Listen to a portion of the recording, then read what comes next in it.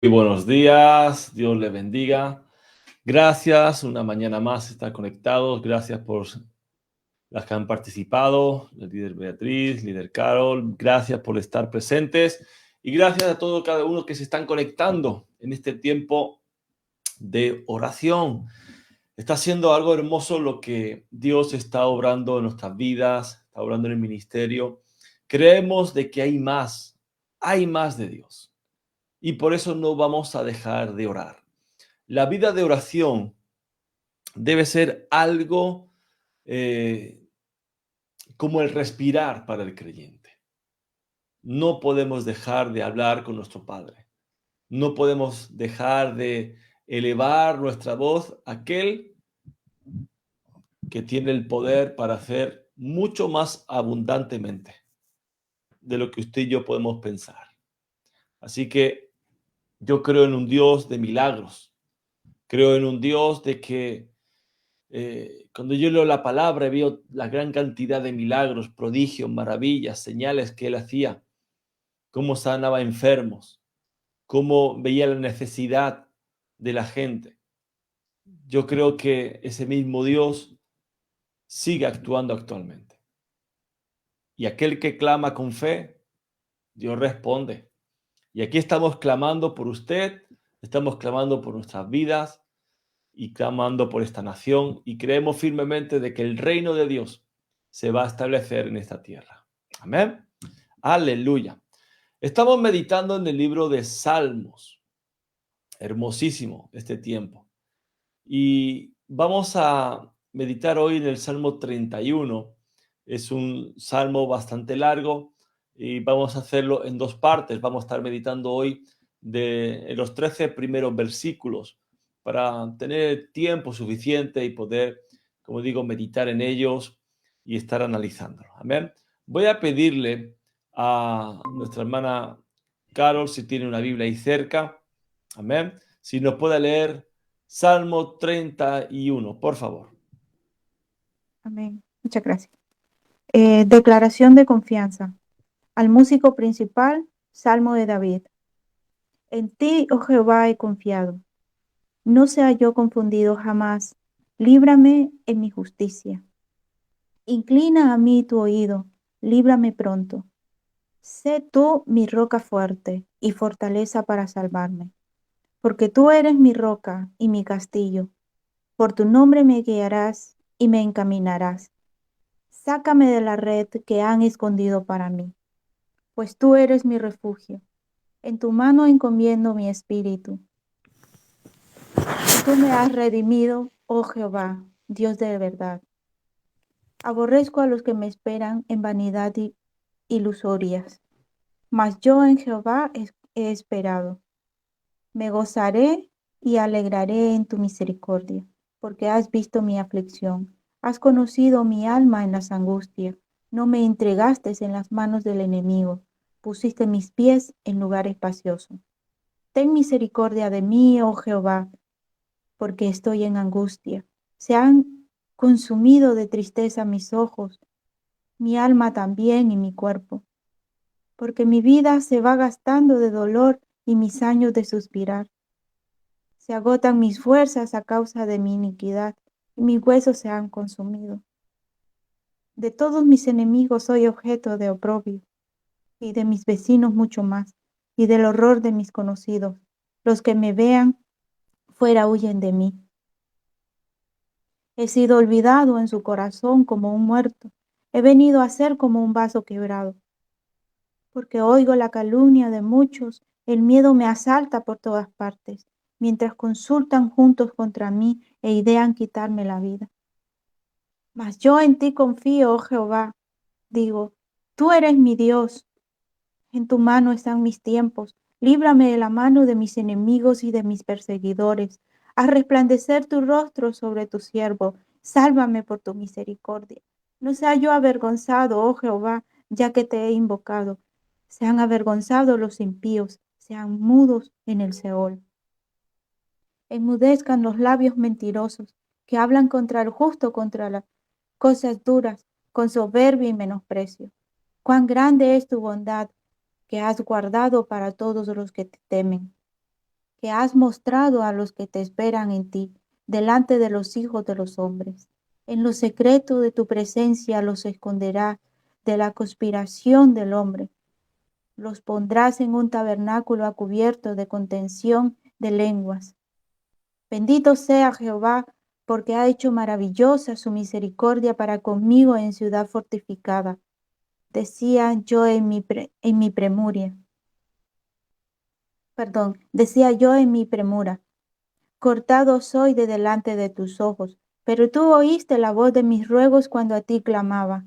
Amad a Jehová todos vosotros sus santos, y los fieles guarda Jehová, y paga abundantemente a que procede con soberbia. Esforzaos todos vosotros los que esperáis en Jehová, y tome aliento vuestro corazón. Amén. Amén, amén, aleluya. Muchas gracias, Carol. Declaración de confianza. Salmo de David. Cuando hablamos de declaración, entendamos que es algo que se hace público. Y aquí lo que David está haciendo es dando a conocer a la gente. No sabemos bien la situación que estaba pasando. No sabemos en qué momento de su vida, en qué lugar. Pero lo que él está dando a conocer con esta declaración es que está totalmente convencido de lo que está diciendo y de lo que está declarando. Es, por ejemplo, en un juicio, un testigo en un juicio implica que esa declaración que esa persona vaya a dar sea 100% verdadera, o sea 100% real. Y lo que aquí el salmista, el rey David, está hablando, está declarando, es la confianza que él ha depositado y sigue depositando en Dios en medio de las circunstancias. Pero vemos aquí que este salmo es una montaña rusa de emociones. Este salmo bien podríamos haberlo escrito usted y yo. ¿Por qué? Porque este salmo comienza con alegría y después viene tristeza, viene de sentirse en plena seguridad de Dios y comienza a pedir auxilio. O sea, es una montaña rusa de emociones. Y como digo, no sabemos qué situación estaba pasando David, pero bueno, venimos leyendo el Salmo 31. En todos estos salmos ya podemos estar viendo el carácter, la personalidad de David. Y podemos ver que a través de todas esas circunstancias que le tocó vivir, es un hombre que bien conocía el corazón de Dios, bien sabía a quién tenía que acudir en esos momentos tan difíciles, tan complicados. En el versículo 1 que hemos leído dice, en ti, oh Jehová, he confiado, no sea yo confundido jamás, líbrame en tu justicia. Aquí David comienza de una manera similar a muchos de otros salmos, declarando la confianza que él tiene en Dios en esos momentos de angustia, en esos momentos de aflicción. David estaba siendo perseguido seguramente por sus enemigos. Eso ha sido una constante en toda su vida. Y en esa situación le roba la paz, esa situación trae angustia a su alma, y así como muchas veces usted y yo hemos vivido, ¿verdad? Nos hemos sentido perseguidos, hemos estado en opresión, una situación que nos angustia, nos roba la paz, y, y aquí lo que David nos está enseñando es que la confianza que él tiene en Dios es porque él lo conoce perfectamente. Para poder tener confianza en alguien, se necesita relación, se necesita intimidad. Usted puede conocer a alguien simplemente de vista, pero no conoce su corazón, no conoce sus principios, no conoce su actuar. Pero cuando usted lleva tiempo con esa persona, ya comienza a saber cómo es en su interior, cuáles son sus sentimientos, cuáles son sus emociones, cómo él se expresa, cómo él reacciona a ciertas circunstancias. Eso se llama relacionamiento y eso provoca confianza en esa persona. Entonces, la experiencia que David tuvo durante toda su vida con Dios provocó esa confianza. Él en cada momento que estuvo pasando de dificultad, o de alegría, como pudimos ver el salmo anterior que estaba dedicando su casa, él está declarando su plena confianza en aquel que lo libró, que lo salvó de la muerte en innumerables ocasiones. Entonces, la declaración de confianza de David demostraba que no se avergonzaba de invocar al Señor. Amados, cuando estamos pasando por una situación, una circunstancia que, bueno, vuelvo a repetir, roba la paz, trae angustia a nuestras vidas, intranquilidad, ansiedad, lo que tenemos que hacer es invocar el nombre de Dios. Y David sabía eso perfectamente, que Dios iba a responder, de que Dios no iba a permitir que su siervo, como dice aquí, fuera confundido jamás ante sus enemigos y adversarios. Recuerden que esta misma expresión, confundido, lo vimos en el Salmo 25. Dice que aquellos que esperan en Jehová no serán confundidos. Y aquí la idea principal no era de tener vergüenza, no iba a ser avergonzados, no. Se usa de otra manera. Aquí la idea principal es de que no iba a ser decepcionado por haber confiado en Dios.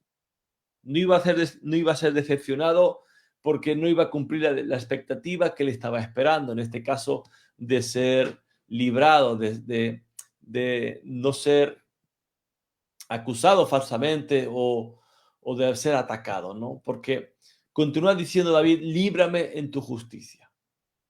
La justicia o rectitud también podemos expresar esa palabra, justicia. Esa es la expresión natural de la santidad de Dios. Si Él es infinitamente puro, como usted y yo sabemos, Dios es santo, Dios es puro, eso quiere decir que debe oponerse a todo pecado. Y lo que David está diciendo es, líbrame conforme a tu justicia, no a la mía, conforme a tu rectitud, no a la mía. Esa oposición que Dios tiene al pecado, eso también se demuestra en el trato que tiene con su creación, con sus hijos, con sus criaturas, con usted y conmigo. Entonces, cuando usted y yo leemos que Dios es recto, que Dios es puro, que Dios es justo, se nos está asegurando que sus acciones hacia nosotros están en completo acuerdo con su naturaleza santa. Es decir, Él, al ser puro, al ser santo, no puede tomar decisiones en contra de su propia santidad, de su propia rectitud, de su propia justicia. Dios, cuando leemos la palabra, nos revela su rectitud, nos revela su justicia, cuando nos da a conocer su voluntad y su palabra, porque la palabra de Dios es su voluntad. Dios revela su voluntad, o mejor dicho, revela su justicia, su rectitud, cuando nos instruye a través de su palabra. ¿Por qué? Porque nosotros comenzamos a conocer el corazón de Dios a través de su palabra, la voluntad de Dios. Él revela su justicia cumpliendo sus promesas, las promesas que encontramos en la palabra de Dios. Él revela su justicia cuando juzga a los enemigos de Israel o cuando muestra su misericordia, su compasión contigo y conmigo. Y sobre todo, Él muestra su justicia al salvar a los pecadores. Por eso, amados, la justicia de Dios nos garantiza que cada ser humano, cada hombre en esta tierra va a recibir lo que se merece. Y Dios es un Dios justo. Amados, si usted y yo sabemos que merecemos la condenación eterna. Pero para eso Jesús vino a este mundo, a tomar nuestro lugar. Y dice la palabra que usted y yo somos justificados, somos declarados inocentes por la sangre de Cristo, por el sacrificio de Jesús. Y todo es por fe. Es decir, es como cuando Dios nos está mirando, Él nos está mirando a través de la sangre de Jesús y nos ve justos, nos ve santos. Aleluya. Y eso es algo que usted y yo jamás podíamos haber hecho. No se trata de hacer obras, se trata de la fe. Y cuando, vuelvo a repetir, cuando David está diciendo, Señor, líbrame en tu justicia, es actúa en mi vida conforme a tu rectitud. Que no sea mi justicia, que sea la tuya. En el versículo 2 continúa David diciendo, inclina a mí tu oído, líbrame pronto. Sé tú mi roca fuerte y fortaleza para salvarme. Aquí esta expresión de inclinar el oído es poner el oído cerca de la boca, es acercarse a la persona que está hablando, que está declarando. Amados, y eso hace falta un esfuerzo. Pero esta inclinación es de alguien más superior hacia alguien que es más inferior. Por ejemplo, cuando un niño está hablando y está hablando con voz baja, muchas veces el padre tiene que agacharse para escuchar el sonido de su hijo, ¿verdad? Eso es lo que Dios está haciendo. Dios se esfuerza para escuchar nuestras oraciones. Y lo que David está diciendo aquí es, deseo que nadie más sea mi roca fuerte ni mi fortaleza. El lugar donde él va a colocar sus pies y puedan estar estables y puede sentirse seguro. Es lo que David está haciendo aquí. Es como esa roca que está en medio del mar y las olas lo golpean, pero amados, cuando nosotros estamos sobre la roca y nos golpean, podemos estar seguros. No es lo mismo que estar dentro del agua, donde no podemos tener una estabilidad firme. Eso fue lo que Jesús quiso decir en la parábola del cimiento, de los cimientos. Ese hombre que construye su casa sobre la roca y otro sobre la arena, ¿se acuerdan? Y dice la palabra que en ambos casos pasa exactamente igual. Vendrán lluvia, vientos, ríos, golpearán la casa, pero el que está en la roca va a permanecer. Pero el que está sobre arena va a ser, como dice la palabra, una ruina. Amados, nosotros tenemos que hacer como David. No quiero que nadie más sea mi roca ni mi fortaleza. No quiero que mi sustento, no quiero que mi seguridad esté puesta en mis fuerzas, esté puesta en mis recursos, esté puesta en un gobierno, que mi confianza plena esté puesta en la roca. Sé tú mi roca fuerte, no quiero a otro, no necesito a otro. Si yo tengo a la roca, lo tengo todo. Eso es lo que David está diciendo en el versículo 2. Pero continúa afirmando en el versículo 3, porque tú eres mi roca y mi castillo. Por tu nombre me guiarás y me encaminarás. O sea, lo que en el versículo 2 era un deseo, ahora es una realidad. ¿Por qué? Porque las experiencias pasadas confirmaban este hecho.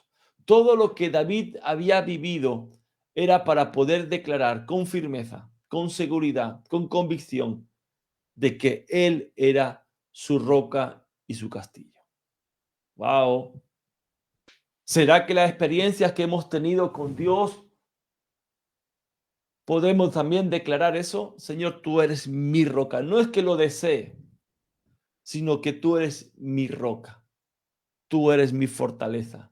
Tú eres mi castillo. Esta es una constante en la vida de David. Él sabía perfectamente quién era Dios para él. ¿Lo sabes tú?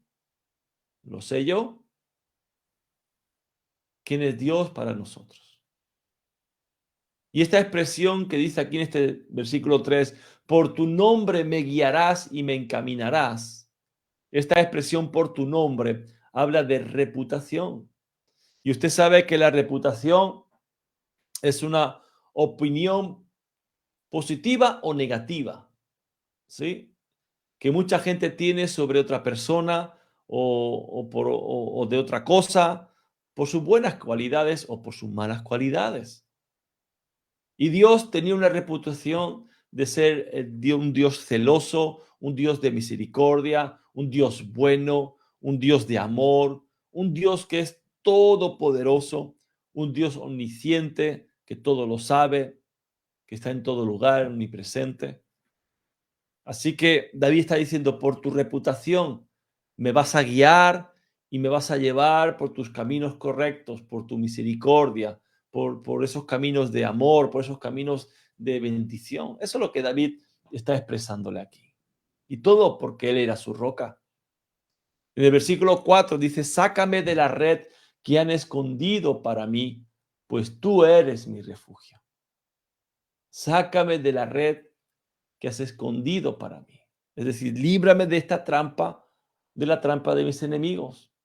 Y David sabía que sus enemigos querían atraparlo, querían destruirlo constantemente, pero también sabía que Dios podía rescatarlo, incluso de sus enemigos inteligentes, decididos, fuertes. Esa era la seguridad que David tenía.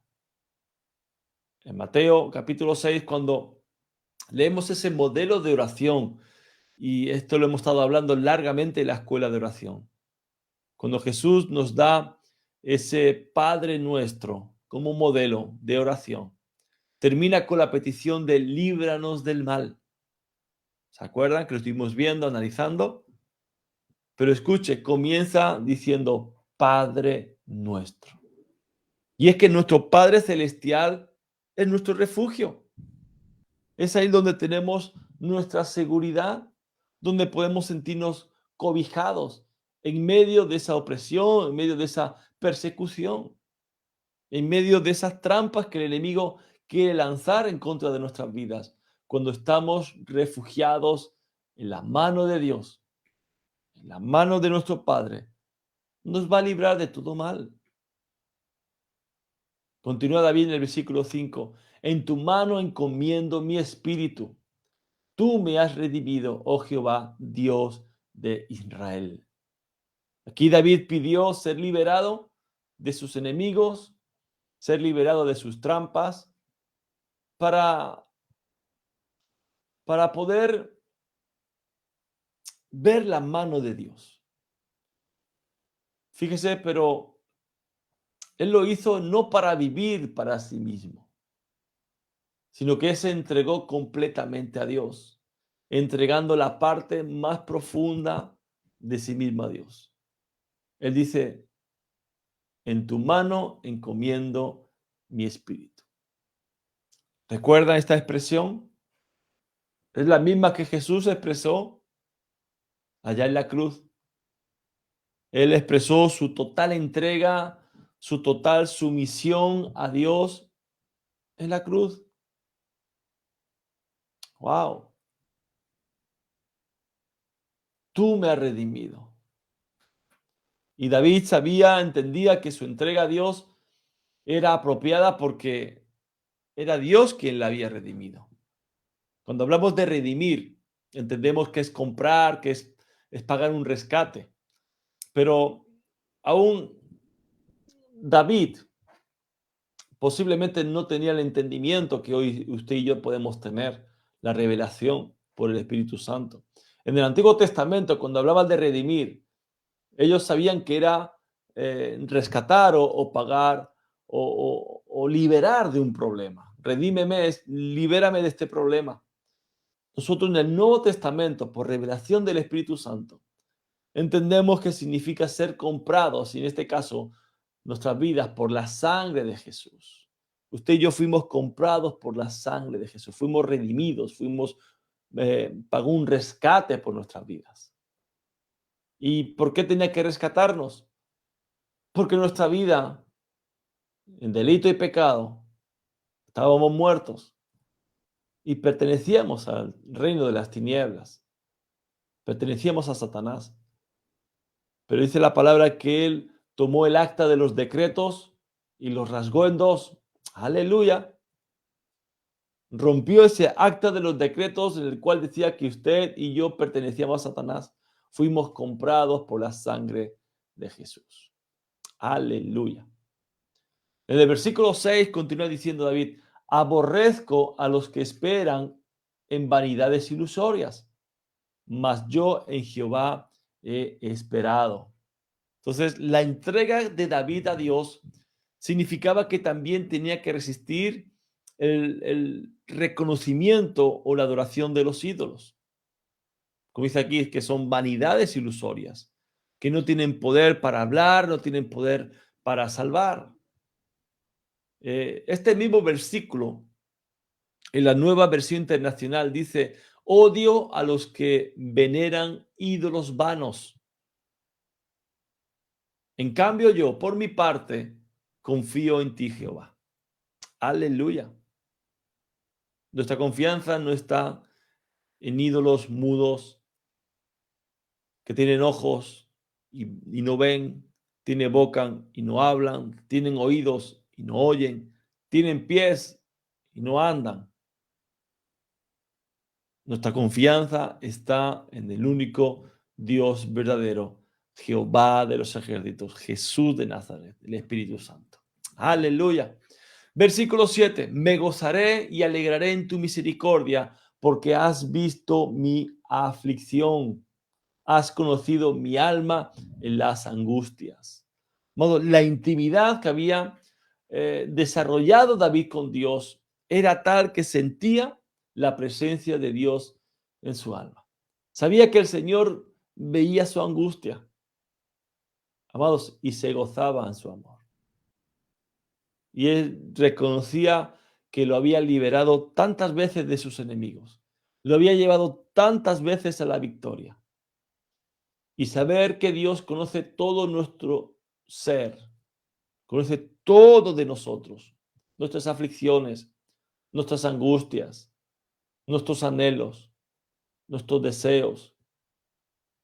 Eso tiene que producir un alivio en nuestro corazón.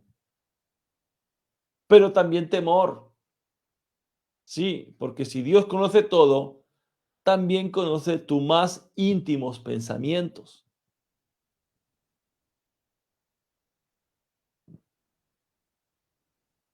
Y eso produce, o debería producir temor. Que estamos pensando, dónde está divagando nuestros pensamientos. Por eso, amados, siempre les digo que tenemos que saturar nuestros pensamientos con la palabra de Dios. Siempre.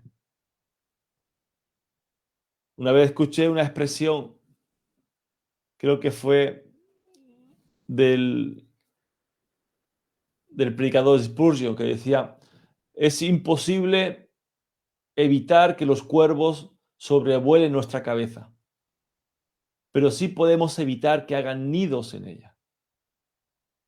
Así que, amados, todo pensamiento tenemos que llevarlo cautivo a la cruz del Calvario. Todo pensamiento que no provenga de Dios. Y para ir eliminando pensamientos que no provengan de Dios, tenemos que saturar nuestra mente con la palabra de Dios. Amén. Versículo 8. No me entregaste en mano del enemigo, pusiste mis pies en lugar espacioso. Entonces David aquí estaba feliz porque Dios no solamente le estaba preservando la vida de sus enemigos, sino que Dios puso a David en un lugar de seguridad, en lugar de protección, en lugar espacioso. Verso 9. Ten misericordia de mí, oh Jehová, porque estoy en angustia. Se han consumido de tristeza mis ojos, mi alma también y mi cuerpo. Vemos aquí como en versos anteriores de este salmo terminaron con una tranquila confianza, con gratitud a Dios. Pero ahora aquí, este salmo vuelve a retomar el lamento otra vez. Como dije anteriormente, es una montaña rusa de emociones. Y es como si David estuviera viviendo esa situación. Hoy estoy alegre, hoy estoy triste. Lo mismo que nosotros. Y esto nos hace comprender algo, que en nuestras vidas hay temporadas de descanso, de paz, de alegría, como también hay temporadas de adversidad, de aflicción, de luchas. Pero tenemos que aprender de David que en su angustia él vuelve a poner su mirada en el Señor. Cuando estás pasando por la temporada de aflicción, ¿dónde estás mirando? Es fácil poner nuestra mirada en Jesús cuando todo nos va bien. La cuestión es cuando estás mal, cuando la situación está siendo caótica, la situación está siendo difícil, ¿en quién estás poniendo tu mirada? Amén. Versículo 10, porque mi vida se va gastando de dolor y mis años de suspirar. Se agotan mis fuerzas a causa de mi iniquidad y mis huesos se han consumido. De todos mis enemigos soy objeto de oprobio y de mis vecinos mucho más, y el horror de mis conocidos, los que me ven fueran, huyen de mí. He sido olvidado de su corazón como un muerto. He venido a ser como un vaso quebrado, porque oigo la calumnia de muchos. El miedo me asalta por todas partes, mientras consultan juntos contra mí e idean quitarme la vida. Wow. Aquí vemos que la situación que estaba pasando David, la aflicción que estaba viviendo era física. Dice que se agotaban sus fuerzas, que sus huesos se habían consumido. También la aflicción era emocional, porque mi vida se va gastando de dolor y mis años de suspirar. El miedo me asalta por todas partes. Pero también su aflicción era social. De todos mis enemigos, soy objeto de oprobio, de vergüenza, de burla, el horror de mis conocidos. Aleluya.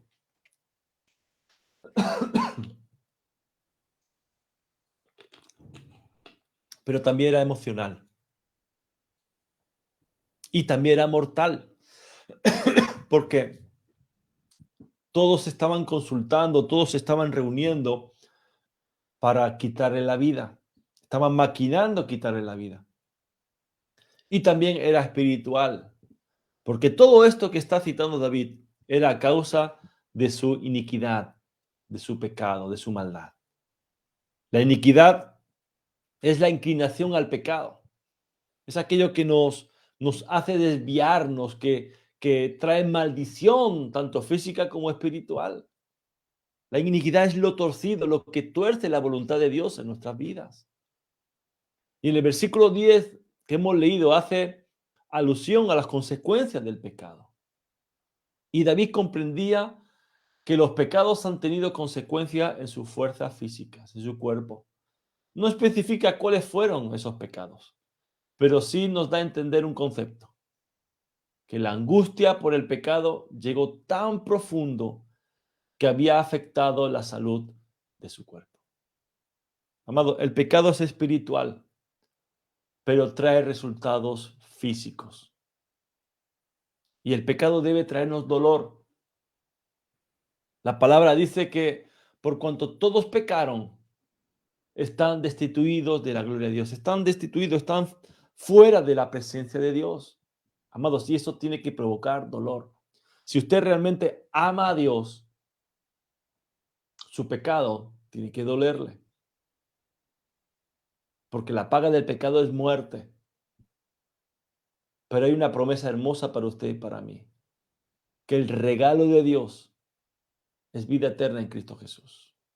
Aleluya. Vamos a terminar aquí por hoy. Continuaremos mañana a partir del versículo 14.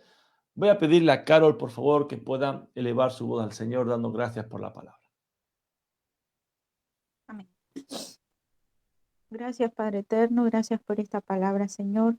Gracias por este momento que hemos tenido, este tiempo contigo, Señor. Este tiempo de meditar en tu palabra, este tiempo de enseñanza, de conocimiento, de abrir nuestros oídos y nuestra mente y nuestro corazón, Señor, a tu voluntad, Padre. Te damos las gracias, Señor, y declaramos, Señor, que nuestra confianza está depositada en ti. Ayúdanos, Señor, a estar confiados, Señor, en ti, en tu palabra. Ayúdanos a entregarnos, Señor. Ayúdanos a tener corazones de entrega, corazones, Señor, limpios. Quita, Señor, de nuestras vidas toda iniquidad. Quita, Señor, todo pecado de nuestras vidas. Arranca, límpianos, Señor, con tu sangre. Que nuestras vidas sean para ti, Señor. Que nos gocemos, Señor, en tu presencia. Aún, Señor, en la debilidad, aún en la angustia, en la aflicción, que nos alegremos en ti, Señor. Que pon temor santo en nuestra vida. Pon temor, Señor, en nuestro corazón y así alcanzar, Señor, la sabiduría. Ayúdanos, Señor, a tener nuestros pensamientos cautivos a la obediencia de Cristo, Señor. Que nuestros pensamientos sean para ti, Señor. Y guíanos con amor, Señor. Guíanos por amor a tu nombre, Señor. Llévanos a ti por amor a tu nombre. Gracias te damos, Señor, y esperamos en ti día a día. Día a día, Señor, ayúdanos, Señor, con nuestras debilidades, con nuestras emociones, con nuestro cansancio, con las enfermedades, Señor, con esos suspiros, Señor. Como decía David, a veces, Señor, se nos va la vida suspirando, Señor, queriendo cosas, anhelando cosas, Señor, sin antes anhelar tu presencia. Ayúdanos a anhelar tu presencia y que nos deleitemos, Señor, en tu presencia. Ayúdanos, Señor, en este día. Ayúdanos a poder hablar, Señor, acerca de ti. Úngenos, Señor. Guárdanos, protégenos. Guarda, Señor, nuestra vida, nuestras familias. Gracias te damos, Dios eterno. Pedimos que te quedes con nosotros y que seas enseñándonos día a día. Que tus pensamientos estén en nuestros pensamientos. Que nos alimentemos de la palabra. Que vayamos a ti, Señor. Que siempre vayamos a ti, que nos enfoquemos en ti. Guárdanos y guíanos en este día, Señor. Gracias te damos en el nombre de Jesús. Amén. Amén, amén. Gracias, Carlos, por su oración. Gracias a todos y cada uno de ustedes que se han ido conectando a través de las diferentes plataformas. Nos vemos mañana, aquí a la misma hora, de 6 a 7 de la mañana. Les esperamos a todos y, como les digo siempre, envíen sus peticiones de oración para poder estar clamando a Dios por ustedes. Amén. Nos vemos mañana. Besos en el corazón, abrazos. Que tenga un día de bendición, un día lleno de la gracia y del favor de Dios, que podamos estar siempre confiando en nuestro Dios. Amén. Nos vemos mañana. Shalom.